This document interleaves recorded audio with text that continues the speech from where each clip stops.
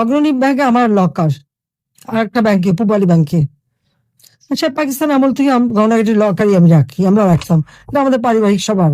1981 সালে আমি যখন ফিরে আসি, জিয়াউর রহমান যখন বেঁচে ছিল আমাকে কিন্তু 32 নম্বরে ঢুকতে দেয়নি। জিয়া যখন নিহত হলো, এরপরে সাত্তার সরকার অর্থাৎ বিএনপি সরকার ক্ষমতায় 12 জুন 32 নম্বর আমার কাছে হস্তান্তর করবে। ধুলাবাড়ি ময়লা সমস্ত ভরা জায়গা, রক্তের দাগ সব ওখানে।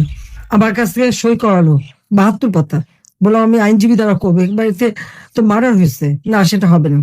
তারপরে প্রচার, কত শতকরি সোনা দানা পাওয়া গেছে, এই পাওয়া গেছে, হ্যাঁ পাওয়া তো যাবে, আমরা তো ভেসে আসা পরিবার না।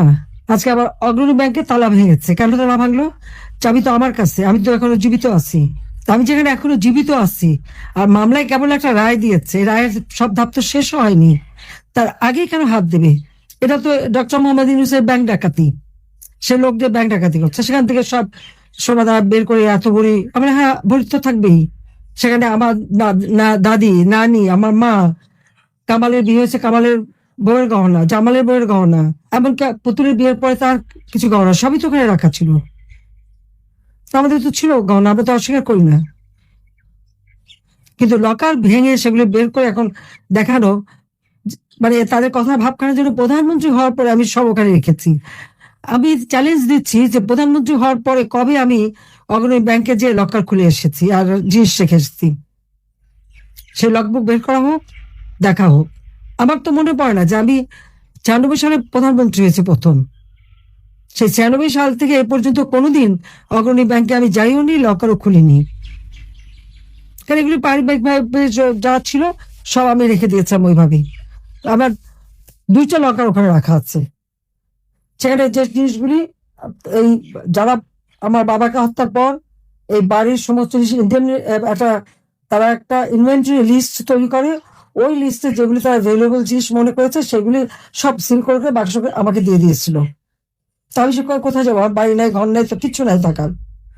আমি লকার ভাড়া নিই, সেই লকারে যে সবকিছু ওইভাবে রেখে আসি। তারা আমাদের ঘর বাড়ি যা ছিল সব লুটপাট করে নিয়েছে।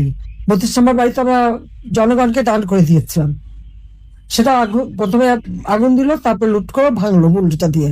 অজয় সাহেবের একটা বাসা সুদাস সদন, সেটাও লুট করলো, সেখানে আমাদের, হ্যাঁ সেখানে আমার অনেক গহনাগাটি ছিল, আমাদের সবারই ছিল, সেগুলো লুটপাট, কাগজপত্র যা কিছু ছিল সব শেষ। তারপরে আগুনও দিল গণভবন, সব তো আমরা সব ফেলে দিয়েই তো চলে এসেছি। তো সেই গহনাগাটিগুলি দেখায় না কেন? সেগুলি কার পকেটে গেল? শুনছিলাম যে সাহেবের বড় মেয়ে নাকি এসেছিল, অনেক নাকি হীরার গহনা নিয়ে গেছে, তাহলে কি এগুলি আমাদের গুলি নিয়ে গেল নাকি? ইউনুস তো নিজেও ঢুকেছিল ওই বাড়িতে সবাই মিলে, সেটা আমার প্রশ্ন। কিন্তু একটা লকার ভাঙতে গেলে, যে এখানে আমি এখনো জীবিত, চাবি আমার কাছে, পারমিশন ছাড়া এই লকারটা ভাঙে কিভাবে? আমাদের পারিবারিক একটা ঐতিহ্য আছে,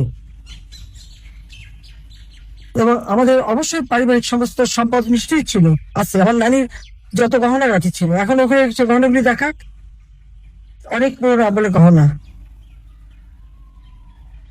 এখন শুরু করছে যে ওখান থেকে নাকি সব নাকি ওখানে রেখে আসছি।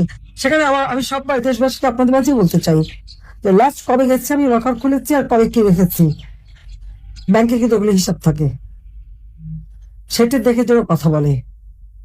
তারা একের পর এক বাবা মা ভাই সব কেড়ে নিয়েছে, বাড়ি ঘর পাও নিয়ে নিচ্ছে।